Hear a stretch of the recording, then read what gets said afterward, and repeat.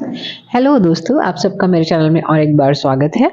सच बताइए दोस्तों, जब आप डेंटिस्ट के पास जाते हैं और उस डेंटल चेयर पे बैठते हैं, तो आपको क्या फीलिंग आती है या आपके मन में क्या सवालात आते हैं? या आपको कोई ऐसा सवाल होता है जो बहुत एम्बैरेसिंग होता है, जो आप पूछने से घबरा रहे हो, या आपको ऐसा लगता है कि मैं ये पूछूँगा या पूछूँगी तो मुझे शर्मिंदगी महसूस करनी पड़ेगी, या मैं कैसे ये सवाल पूछूं? इस तरीके के चीजें आपके दिमाग में कभी आई है डेंटिस्ट के चेयर पे बैठने पर? चाहे फिर वो सवाल हो आपके मुंह में जो बड़ा सा चंक खाने का जो बैठा हुआ है, अंदर जाके फंसा हुआ है वो, या फिर मुंह से बदबू आना से लेके मसूड़ों से खून निकलना तक, इस प्रकार के कई सवाल आपके होते होंगे जो आप पूछने से कतराते होंगे डेंटिस्ट से। मैं ऐसे ही कुछ सवालों के जवाब जो है इस वीडियो में देने की कोशिश करूंगी। तो आइए हम इस प्रश्नों में गोता लगाते हैं और शुरू करते हैं हमारे पहले प्रश्न से। तो पहला प्रश्न है, खून का सच। सॉरी। पहला प्रश्न है, जब भी मैं फ्लॉस करता हूँ या जब भी मैं ब्रश करता हूँ, मेरे मसूड़ों से खून क्यों आता है?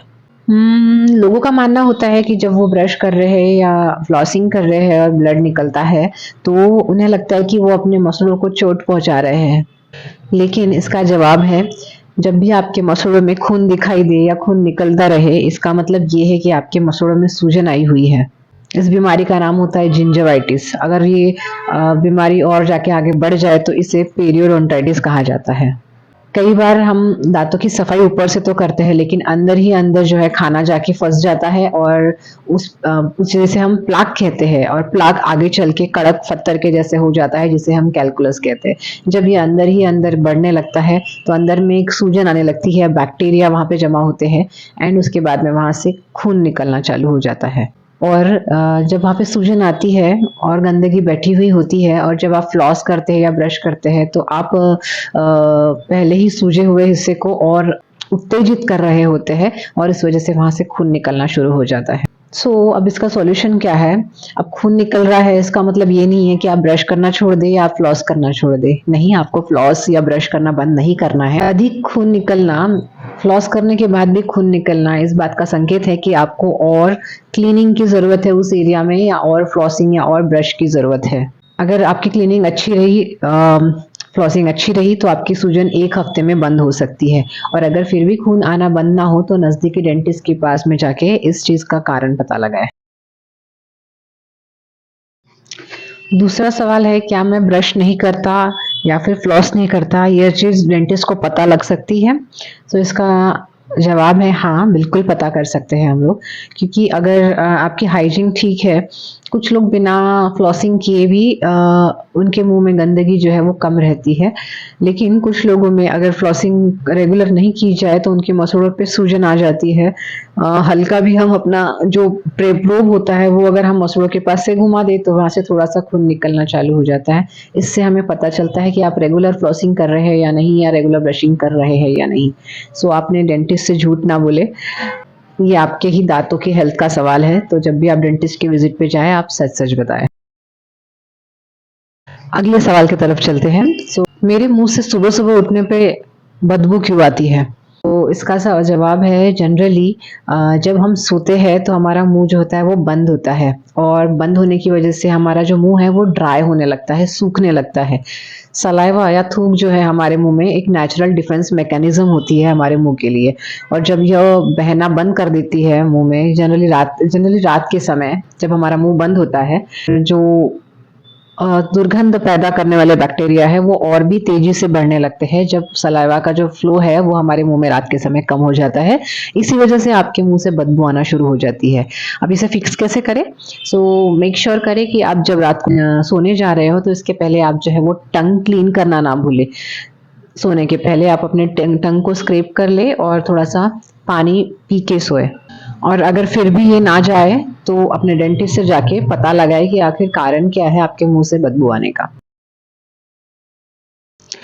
अगला सवाल है, क्या सच में मेरे मुंह में से स्मेल आती है, या वास्तव में मेरी जो स्मेल है, मेरे मुंह की गंध जो है वो खराब है? ये कैसे पता करें कि आपके मुंह से जो बदबू आ रही है वो खराब है? लेकिन आप अपने डेंटिस्ट से पूछने के लिए डरते हैं। अगर आपको पता लगाना है कि आपके मुंह से स्मेल आ रही है या नहीं आ रही है, तो इसका एक बहुत ही आसान तरीका है, थोड़ा सा अजीब तरीका है, लेकिन जांच करने का बहुत ही सरल तरीका है कि आप अपनी कलाई को चाटे और 10 सेकंड तक के वैसे ही रखें एंड देन उसे सूंघे।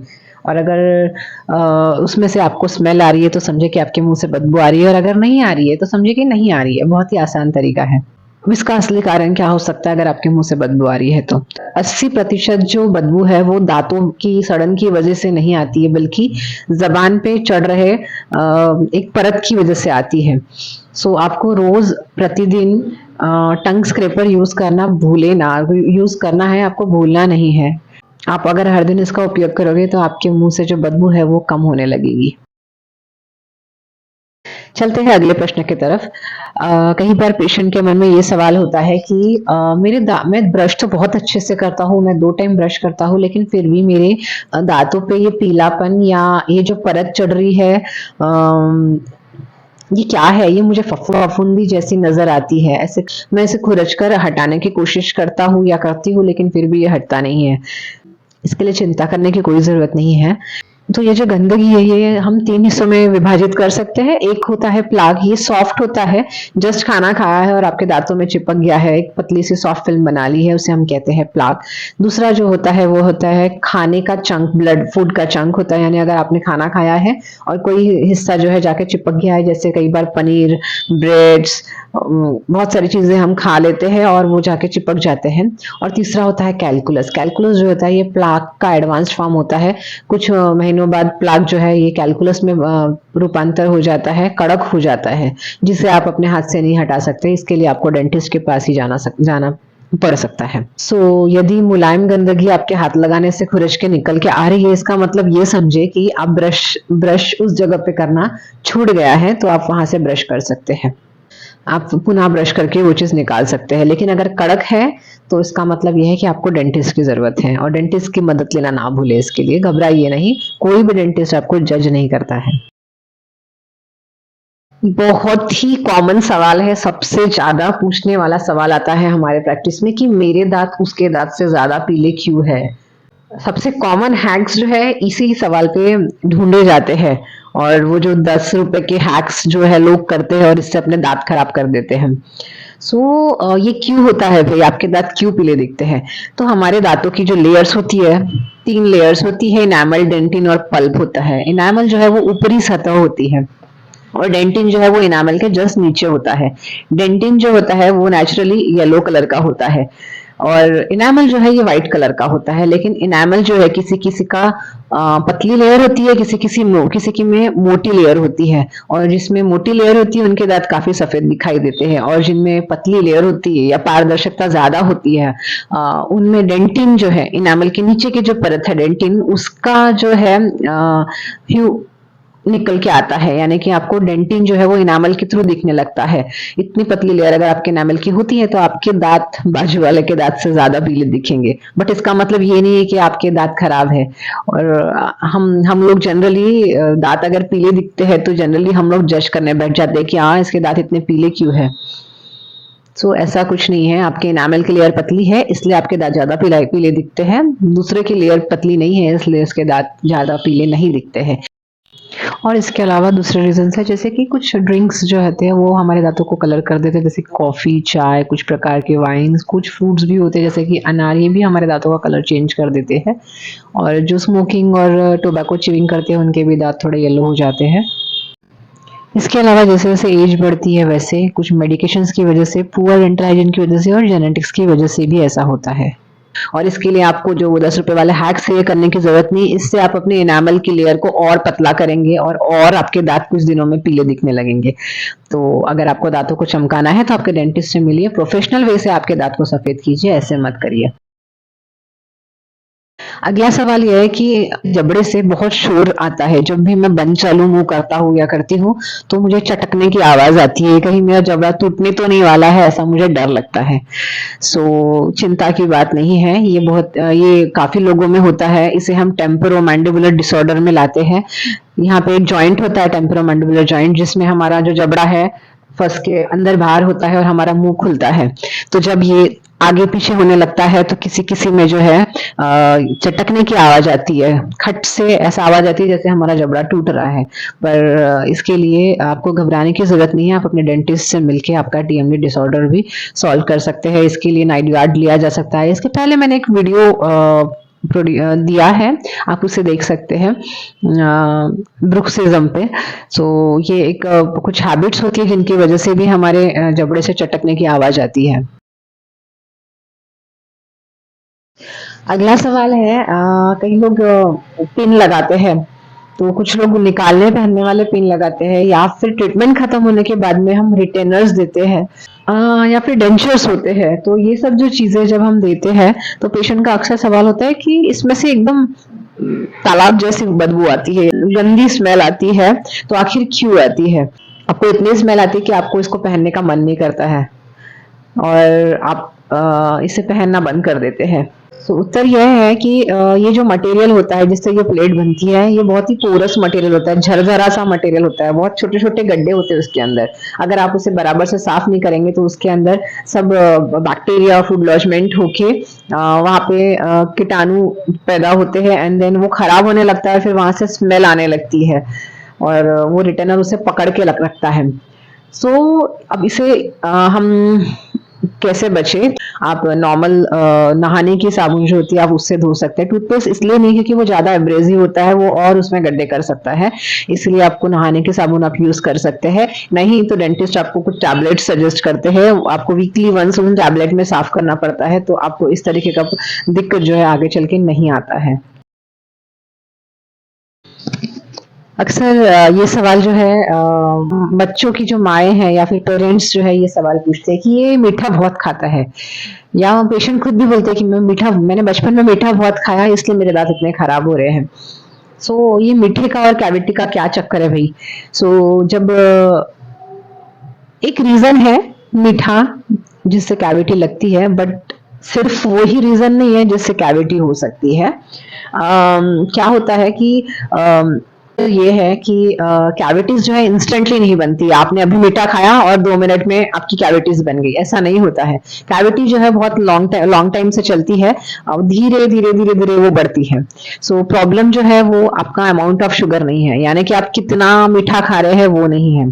प्रॉब्लम ये है कि आप शुगर जो खा रहे हैं या मीठा जो भी चीज का सेवन कर रहे हो कितने फ्रीक्वेंसी यानी कितनी बार कर रहे हैं, और ड्यूरेशन यानी कि कितने समय के लिए कर रहे हैं। फ्रीक्वेंसी अगर आप बार बार खा रहे हैं या कंटिन्यू आप खा रहे हैं, और वो जो मीठा है आपके मुंह में कितने देर तक के रह रहा है, यह डिसाइड करता है कि आपके मुंह में कैविटीज होंगी या नहीं। बिकॉज जब आप मीठा खाते हैं तो आपके मुंह में एसिड बनना, आपके जो दांत है वो एसिड बनना स्टार्ट कर देते हैं, आपके दांतों पे एसिड अटैक होना चालू हो जाता है। और अगर आप एक बार मीठा खाते हैं तो उसके 20 मिनट तक कहा जाता है कि एसिड अटैक स्टार्ट रहता है, और जिसकी वजह से आपके दांतों की लेयर जो है वो घिसने लग जाती है, जो आपको नहीं दिखती है उस समय, और धीरे धीरे धीरे धीरे जो है उसका रूपांतर जो है वो कैविटी में होता है। सो आप एक बार मीठा खा लीजिए तो वो बेटर है, रादर देन आप दिन भर मीठा खाते रहे।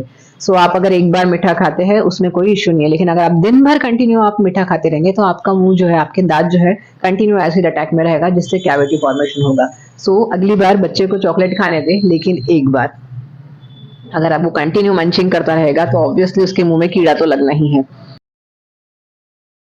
और आखिरी सवाल, फनी सा सवाल है कि जब आप डेंटल चेयर पे बैठे होते हैं, कुछ भी ट्रीटमेंट करवा रहे होते हैं, रूट कैनाल से या फिर स्केलिंग से, कोई भी प्रोसीजर करा रहे होते हैं, तो जनरली ओल्ड एज पेशेंट्स जो होते हैं बर्प कर देते हैं, डकार ले लेते हैं, तो उसमें शर्मिंदगी उनको महसूस होती है। कि कोई ऐसा शर्मिंदा होने की जरूरत नहीं है इसके लिए, बिकॉज वो नेचुरल प्रोसेस है, आप उसे रोक नहीं सकते। हमें भी पता है कि आपका मुंह बहुत देर से खुला है, इतना कंट्रोल करना उस मोमेंट पे इम्पॉसिबल है। सो आपको शर्मिंदा होने की जरूरत नहीं है, वो नेचुरल प्रोसेस है। हमारा ध्यान वैसे भी उस पर नहीं होता है, हमारा ध्यान हमारे काम पे होता है। सो आप बिल्कुल घबराइए नहीं अगली बार जब आप डेंटिस्ट के पास जाए। So there you have it, हमने ऑलमोस्ट सारे क्वेश्चन ले लिए हैं। और अगली बार आप डेंटिस्ट के पास जाए तो बेझिझक होके जाए, अपने सारे सवाल बिल्कुल बताए, आपके बिल्कुल बेझिझक रहिए। आपको आपका डेंटिस्ट आपको किसी भी चीज के लिए जज नहीं करता है, वो आपके ट्रीटमेंट करने के लिए है, आपके दांतों और मसूड़ों को हेल्दी बनाने के लिए है। तो आप उनसे सारी चीजें शेयर करें ताकि वो आपका सही से ट्रीटमेंट कर सके। Did I miss any of the question? अगर आपको कोई ऐसा सवाल है जो आपको एम्बेरेसिंग लगता है और जो मैंने इन सवालों में नहीं लिया है, तो आप मुझे मेरे कमेंट बॉक्स में पूछ सकते हैं, मैं उनका जवाब पूरी तरह से देने की कोशिश करूंगी। और अगर आपको मेरी वीडियो ने थोड़ा सा भी कॉन्फिडेंस दिया है आपके डेंटिस्ट के साथ बात करने का, और आपको मेरे सवाल जवाब का सेशन पसंद आया है, तो मेरे चैनल को सब्सक्राइब करना ना भूलें, मेरे वीडियो को लाइक करें और अपने दोस्तों के साथ भी शेयर करें ताकि वो भी अगली बार डेंटिस्ट के पास जाने के लिए घबराए ना। तब तक के लिए ख्याल रखिए दांतों का। बाय।